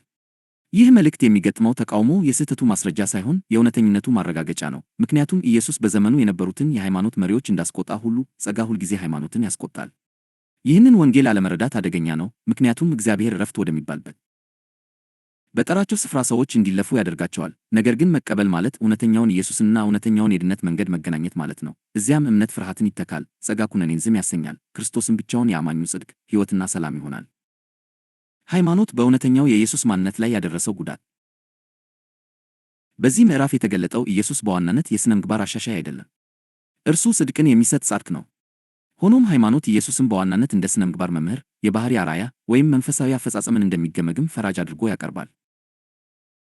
ሃይማኖት የይሁዳን ሕይወት ሲያነብ ጸጋን አያይም፣ ውድቀትን ብቻ ነው የሚያየው። ይሁዳ ጸጋ እንደማይሠራ ማረጋገጫ ነው የሚል ድምዳሜ ላይ ይደርሳል። እውነቱ ግን ተቃራኒው ነው። ይሁዳ ጸጋ ምን ያህል ታጋሽ፣ ታማኝና የማይናወጥ መሆኑን ያረጋግጣል። ኢየሱስ ፍቅሩን በጭራሽ አላነሳም፣ አቋሙን አልለወጠም፣ ይሁዳን አላጋለጠም፣ እናም ከእርሱ ጋር እንደ ጻድቅ መገናኘቱን አላቆመም። ሃይማኖት እንዲህ ያለውን ኢየሱስ ሊቀበለው አይችልም፣ ምክንያቱም ከእርሱ ሰጥቶ መቀበል ትራንሳክሽናል ማዕቀፍ ጋር አይስማማም። በዚህም ምክንያት ሃይማኖት የኢየሱስን ማንነት በሚከተሉት መንገዶች ይጎዳል። 1. ኢየሱስን ከአዳኝነቱ ዝቅ አድርጎ ወደ ሥነ ምግባር አርአያነት ይቀንሰዋል። ስለ ኃጢአተኞች በእግዚአብሔር ፊት ስለሚቆመው አዳኝ ከማወጅ ይልቅ ሃይማኖት ከእርሱ ጋር ከመተባበር ይልቅ እርሱን መምሰል ላይ ያተኩራል። ኢየሱስ ጽድቃችን እንዲሆን የምንታመንበት ሳይሆን ልንመስለው የምንሞክር ሰው ይሆናል። 2. ኢየሱስን ያለ ጊዜው ፈራጅ ያደርገዋል። ሃይማኖት ኢየሱስን ሁልጊዜ ይቅር እንደሚሰኝ፣ ሁልጊዜ እንደሚያዝን እና አማኞችን በእድገታቸው እንደሚለካ አድርጎ ይስለዋል። ይህ ደግሞ በምዕራፉ ከተገለጠው ደቀ መዛሙርቱ በድካም ውስጥ እያሉ እንኳ ከነርሱ ጋር በሰላም ከሚኖረው ኢየሱስ ጋር ይቃረናል። 3. የመስቀሉን መሥዋዕትነት በቃኝነቱን ይክዳል። አማኞች ተቀባይነትን ለማግኘት ራሳቸውን ፍጹም ማድረግ አለባቸው ብሎ በመጽናት ሃይማኖት የክርስቶስ የአንድ ጊዜ መሥዋዕትነት በቂ እንዳልነበረ በተዘዋዋሪ ይጠቁማል። ይህም መስቀሉን በስውር ግን በከባድ ሁኔታ ያቃልላል። በአጭሩ ሃይማኖት የጀመረውን ለመጨረስ የሰው ጥረት የሚያስፈልገው ኢየሱስን ያቀርባል። እውነተኛው ኢየሱስ ግን ምንም እርዳታ አያስፈልገውም። እርሱ ሥራውን ሙሉ በሙሉ ፈጽሟል። ሃይማኖት እውነተኛውን የድነት መንገድ እንዴት እንደበረዘው። በዚህ ምዕራፍ መሠረት ደህንነት በሥነ ምግባር መሻሻል የሚገኝ ሳይሆን በኢየሱስ ጌትነትና ጽድቅ ላይ ባለን እምነት የሚቀበሉት ነው። ሃይማኖት ግን ይህንን ቅደም ተከተል ይገለብጠዋል። ተቀባይነት ማግኘት እምነትን ከመፍጠር ይልቅ የባሕሪ ለውጥ ተቀባይነትን ያስገኛል ብሎ ያስተምራል። ሃይማኖት ድነትን በዲሲፕሊን በፍርሃትና በተጠያቂነት ሥርዓቶች ኃጢአትን ለማሸነፍ የሚደረግ የዕድሜ ልክ ጥረት አድርጎ ይተረጉመዋል። ምዕራፉ ግን ድነትን በክርስቶስ የተፈጸመ ሥራ ውስጥ ማረፍ እንደሆነ ይገልጣል። እዚያም ኃጢአት ቀድሞውኑ ተወግዷል፣ ጽድቅም ቀድሞውኑ ተሰጥቷል። ይህ መበረዝ የሚከተሉትን ገዳይ ስህተቶች ያስከትላል። 1. እምነት በጥረት ይተካል። ሰዎች የድነት ማረጋገጫ ለማግኘት ወደ ክርስቶስ ከመመልከት ይልቅ ወደ ውስጣቸው እንዲመለከቱ ይማራሉ። 2. ጽድቅ እንደ ባሕሪ ይተረጎማል። ጽድቅ በእምነት የሚቀበሉት ስጦታ ከመሆን ይልቅ በጽናት የሚገኝ ሽልማት ይሆናል። 3. ንስሐ ወደ ሥነ ምግባራዊ ሐዘን ዝቅ ይላል። ካለማመን ከመመለስ ይልቅ ሰዎች በውድቀት ምክንያት በሚመጣ ማለቂያ በሌለው የጸጸት አዙሪት ውስጥ ይታጠራሉ። ውጤቱም ቅን የሚመስል ነገር ግን እረፍት፣ ደስታ፣ እርግጠኝነትና ኃይል የሌለው ክርስትና ይሆናል። ሰዎች ይተጋሉ፣ በዲሲፕሊን ይኖራሉ፣ ይደክማሉ፣ ነገር ግን በውስጣቸው ምንም ዋስትና የላቸውም። ይህ ኢየሱስ የገለጠው ድነት አይደለም። ይህ አለመግባባት ለምን አደገኛ ይሆናል? ይህ አለመግባባት ቀላል የቴዎሎጂ ልዩነት አይደለም። የድነትን መሠረት ስለሚያጠቃ መንፈሳዊ አደጋ አለው። 1. የተኮነነ ሕሊናን ይፈጥራል። አማኞች ኢየሱስ ከነርሱ ጋር ያለው ግንኙነት በአፈጻጸማቸው ላይ የተመሠረተ እንደሆነ ሲማሩ ሕሊናቸው በፍጹም አያርፍም። ሁልጊዜ ራስን በመመርመር የመጋለጥ ፍርሃትና ጭንቀት ውስጥ ይኖራሉ። ጸጋ ሊያፈርሰው የመጣውን እስር ቤት ሃይማኖት መልሶ ይገነባዋል። 2. ሰዎችን ከኢየሱስ ያርቃል። ኩነኔ ሰዎችን ወደ ኋላ እንዲያፈገፍጉ ያደርጋል። ሰዎች ኢየሱስን የሚተጉት እርሱ ስለገፋቸው ሳይሆን ሃይማኖት እግዚአብሔር በእናንተ ላይ ተቆጥቷል ብሎ ስላመናቸው ነው። 3. ግብዝነትንና መንፈሳዊ ትዕቢትን ይፈጥራል። ፍጹምነት ሲጠየቅ ነገር ግን የማይቻል ሲሆን ሰዎች መመሰልን ይማራሉ። ድካማቸውን ይደብቃሉ፣ በሌሎች ላይ ይፈርዳሉ እና በውስጣቸው ተሰብረው ሳለ በውጭ ጽድቅን ይተውናሉ። 4. የወንጌልን ቃላት እየተጠቀመ ወንጌልን ይክዳል። ሃይማኖት የኢየሱስን ስም እየጠራ ሌላ መልእክት መስበኩ አደገኛው ክፍል ነው። ስለ ጸጋ ይናገራል፣ ነገር ግን ቅድመ ሁኔታ ያስቀምጥበታል። ስለ ይቅርታ ይናገራል፣ ነገር ግን እንዲንጠለጠል ያደርገዋል። 5. እግዚአብሔርን ለሰው ልጆች በተሳሳተ መንገድ ያቀርባል። ኢየሱስ ቶሎ የሚቆጣና ሁልጊዜ ስህተት አራሚ ተደርጎ ሲሳል ሰዎች እግዚአብሔር አስተማማኝ እንዳልሆነ ይደመድማሉ። ይህም ጸሎትንና ቅርበትን ይጎዳል። የሃይማኖታዊ ትርጓሜ የመጨረሻው አሳዛኝ ሁኔታ።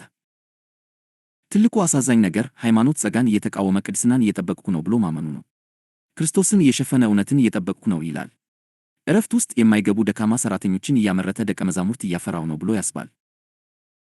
ይህ መልእክት እውነተኛውን ኢየሱስንና እውነተኛውን የድነት መንገድ ይመልሳል። ድነት በሰው ታማኝነት ላይ ሳይሆን በእግዚአብሔር ታማኝነት ላይ እንደሚደገፍ ይገልጣል። ጽድቅ ግብ ሳይሆን ስጦታ መሆኑን ያውጃል። ንስሐን የሚያመጣው ፍርሃት ሳይሆን ጸጋ እንደሆነ ያበስራል። ይህንን ወንጌል አለመረዳት አደገኛ ነው፣ አለመቀበል ደግሞ አሳዛኝ ነው። ነገር ግን መቀበል ማለት ወደ ዕረፍት፣ ነፃነት፣ መተማመን እና እውነተኛ ድነት መግባት ነው። ጸጋ ብቻ እውነተኛውን ኢየሱስን ይገልጣል። እምነት ብቻ እውነተኛውን ድነት ይቀበላል። ለእውነተኛው ወንጌል፣ ለእውነተኛው ኢየሱስ እና ለእውነተኛው የእግዚአብሔር መንግሥት አቋም ለመያዝ የቀረበ ጥሪ። ይህ መገለጥ መረጃ በመስጠት ብቻ አይወሰንም፣ ይልቁንም ይጠራናል። የተገለጠ እውነት ቅዱስ ኃላፊነትን አብሮ ይይዛል፣ ምክንያቱም የተቀበልነው ብርሃን ልንመላለስበትና ልናውጀው የሚገባ እውነት ነው። በእያንዳንዱ አማኝ ሕይወት ውስጥ ገለልተኛ መሆን የማይቻልበት፣ ዝምታ ከማታለል ጋር መተባበር የሚሆንበት እና ተመችቶ መቀመጥ አቋም ከመያዝ ይልቅ አደገኛ የሚሆንበት ወሳኝ ወቅት ይመጣል። የጸጋ ወንጌል በግል የምናደንቀው ብቻ ሳይሆን በአደባባይ ልንደግፈው፣ በድፍረት ልንከላከልለትና በታማኝነት ልንኖርበት የተሰጠን ነው። ምክንያቱም የኢየሱስ ክርስቶስ ክብርና የሕዝቡ ነፃነት በነገሩ ላይ ተመስርቷል።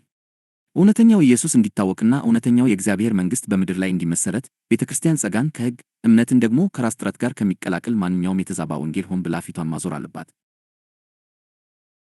ይህ ጥሪ በመጀመሪያ ከሃይማኖታዊ አስተሳሰብ ንስሐ እንዲገባ የሚቀርብ ጥሪ ነው። ምክንያቱም ማታለል የሚጀምረው ከሥነ ምግባር ብልሹነት ሳይሆን በክርስቶስ በቃኝነት ላይ ካለማመን ነው። አማኞች ተቀባይነትን በአፈጻጸም የሚለካውን እያንዳንዱን አስተሳሰብ፣ ራስን የመክሰስ ልማድን እና መተማመንን ከክርስቶስ ወደ ግል ዲሲፕሊን የሚያዞረውን ማንኛውንም ሥርዓት እርግፍ አድርገው መተው አለባቸው። ይህ ንስሐ በድካም ላይ የሚሰማ ሐዘን ሳይሆን ከራስ ስድቅ ቆራጥ በሆነ መንገድ መመለስ እና በኢየሱስ የተፈጸመ ሥራ ላይ ወደሚሆን እምነት በሙሉ ልብ መመለስ ነው። ጸጋን የመስበክ ሥልጣን የሚመነጨው ወደ ዕረፍት ከገባ ሕሊና ብቻ ስለሆነ አሁንም ለራሱ ልክ ኩነኔን የሚሰብክ ማንም ሰው ለእውነተኛው ወንጌል ሊቆም አይችልም።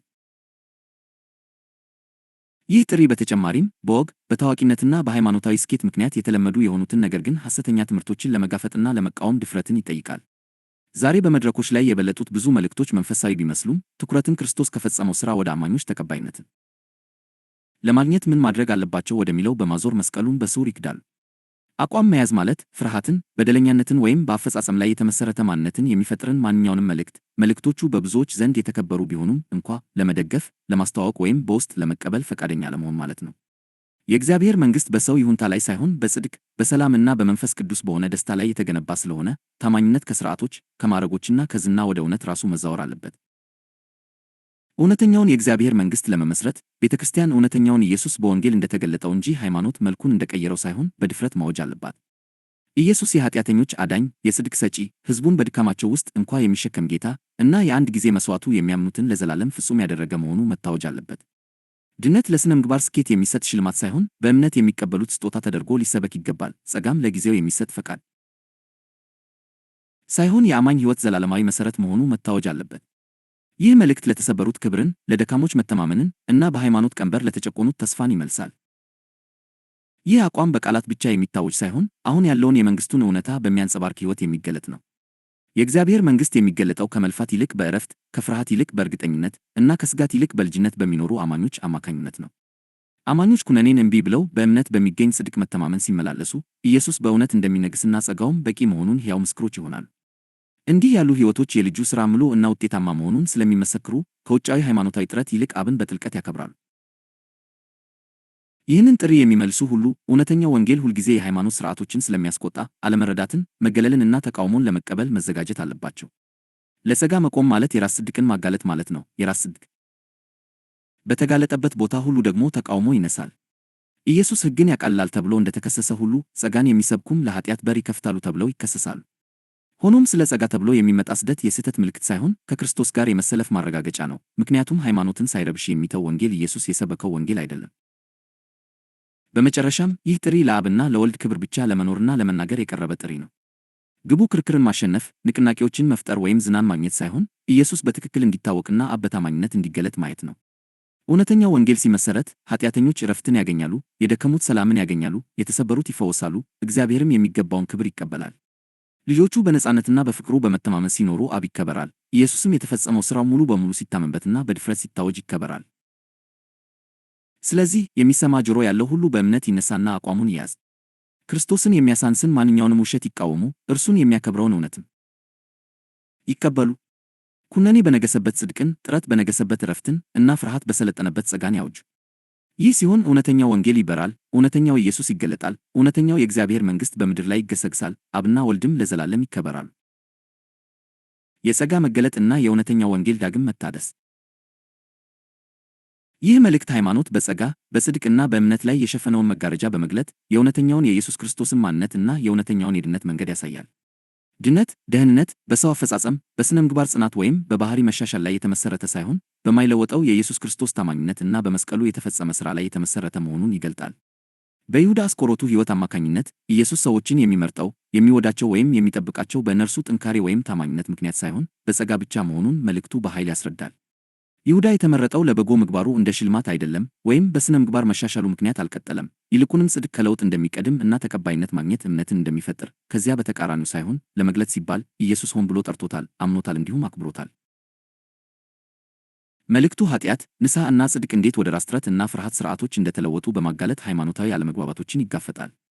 የሰው ልጅ ዋነኛው ኃጢአት የሥነ ምግባር ውድቀት ሳይሆን አለማመን፣ ማለትም የክርስቶስን ጌትነትና በቃኝነት አለመቀበል መሆኑን ያውጃል።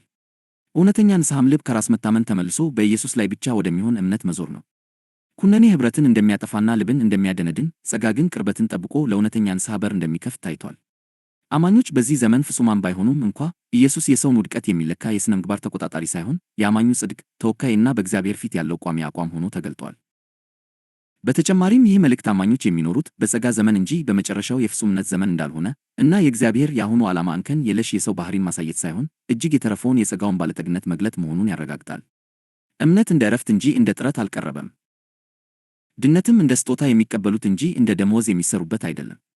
የእግዚአብሔር መንግሥት ከፍርሃት ከበደለኛነትና ከስጋት ይልቅ በመተማመን በእርግጠኝነትና በልጅነት በሚኖሩ አማኞች አማካኝነት የሚታይ የአሁኑ እውነታ መሆኑ ተገልጧል። እንዲህ ያሉ ሕይወቶች ኢየሱስ በእውነት እንደሚነግሥና መሥዋዕቱ ሙሉ ውጤታማና ዘላለማዊ መሆኑን ይመሰክራሉ። በተመሳሳይ ጊዜ መልእክቱ አማኞች ክርስቶስን የሚያሳንሱና የእግዚአብሔርን ሕዝብ በሚያከብዱ ሃይማኖታዊ ማታለሎች ላይ አቋም እንዲይዙ ጥሪ ያቀርባል። ከሃይማኖታዊ አስተሳሰብ ንስሐ እንዲገባ፣ በአፈጻጸም ላይ የተመሠረቱ ትምህርቶችን ለመጋፈጥ ድፍረት እንዲኖር እና ኃጢአተኞችን በጸጋ ብቻ የሚያድነውን እውነተኛውን ኢየሱስን በድፍረት ማወጅ እንደሚገባ ይጠይቃል። ይህ ወንጌል ሃይማኖትን እንደሚያስቆጣና ስደትን እንደሚጋብዝ ይገነዘባል። ሆኖም እንዲህ ያለው ቁጣ የስህተት ምልክት ሳይሆን ከክርስቶስ ጋር የመሰለፍ ማረጋገጫ መሆኑን ያረጋግጣል። ምክንያቱም ጸጋ ሁልጊዜ የራስ ጽድቅን ያጋልጣል፣ ሃይማኖታዊ ሥርዓቶችንም ያናውጣል። በማጠቃለያው መልእክቱ ኢየሱስን በትክክለኛ ስፍራው እንደ አዳኝ ጌታና ጽድቅ በመመለስ ቤተክርስቲያን ወደ እውነተኛው ወንጌል እንድትመለስ ይጠራል። ድነትም ሙሉ በሙሉ በእርሱ ታማኝነት ላይ እንጂ በሰው ጥንካሬ ላይ እንደማይደገፍ ያውጃል። አማኞች ጥረትን፣ ኩነኔንና የራስ ጽድቅን ትተው ማንነት ከሥራ ሳይሆን ከክርስቶስ ወደሚመነጭበት የእምነት ዕረፍት እንዲገቡ ይጋብዛል። ይህ ወንጌል በሚታመንበት ቦታ ኢየሱስ በትክክል ይታወቃል፣ አብ አፍቃሪና ታማኝ ሆኖ ይገለጣል። እውነተኛው የእግዚአብሔር መንግሥትም በኃይል በነጻነትና በሰላም ይመሠረታል። ይህ እውነተኛው ኢየሱስ፣ እውነተኛው ወንጌልና እውነተኛው የድነት መንገድ ነው። በዚህ አዋጅ አማካኝነትም አብና ወልድ ለዘላለም ይከበራሉ። ለሚቀጥለው ምዕራፍ ግብዣ ሰዎች በጌትነቱ እንዲያምኑ የኢየሱስን የጸጋ መንገድ ለመግለጥ የተጠቀምበት የይሁዳ ታሪክ ይሁዳ በእውነት ድኗል ወይ የሚል ጥያቄ በአንዳንዶች ዘንድ ማስነሳቱ አይቀርም። ይህ ጥያቄ የሚነሳው የእግዚአብሔር ልጆች በእውነት ኃጢአት ምን እንደሆነ እና የመዳንን መንገድ ባለማወቃቸው ነው። ስለዚህ የአስቆሮቱን የይሁዳን ሕይወት በመጠቀም በእውነት ኃጢአት ምን እንደሆነ እና የእግዚአብሔርን የማዳን መንገድ ለመረዳት ከዚህ ቀጥሎ ያለውን ምዕራፍ 3 ትምህርት እንጠቀማለን።